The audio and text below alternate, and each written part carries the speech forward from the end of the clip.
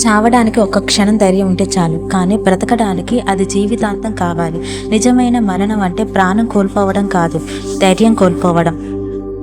చెడు నిన్ను తొందరగా ఆకర్షిస్తుంది, అది లొంగిపోతే వెంటనే నాశనం చేస్తుంది. కానీ మంచి నిదానంగా నీకు అర్థమైన నిన్ను గొప్పవాడిని చేస్తుంది.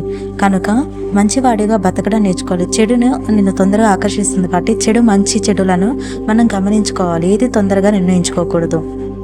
ప్రశాంతంగా జీవించాలనుకుంటే ఎదుటివారు మారాలని ఆశించకండి, ఎందుకంటే మార్చాలని ప్రయత్నించకండి, మీరే మారండి. కాళ్ళకి ఏమి గుచ్చుకోకుండా ఉండాలంటే మనం చెప్పులు వేసుకుంటాం, కానీ వీధంతా తివాచి పరచం కదా.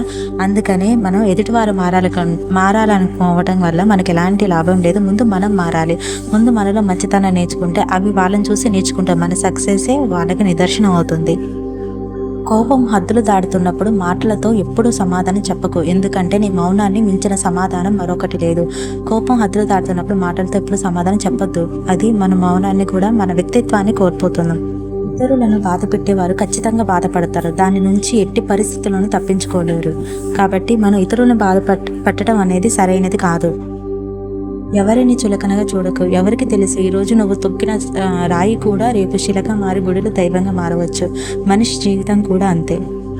అన్ని రోజులు మనకు అనుకూలంగా ఉండవు. మనది కాని రోజున మౌనంగా ఉండాలి. మనదైన రోజున అన్నిటినీ సమాధానం దొరుకుతుంది. అన్నీ మన రోజులు అనుకోకూడదు. Thank you for watching.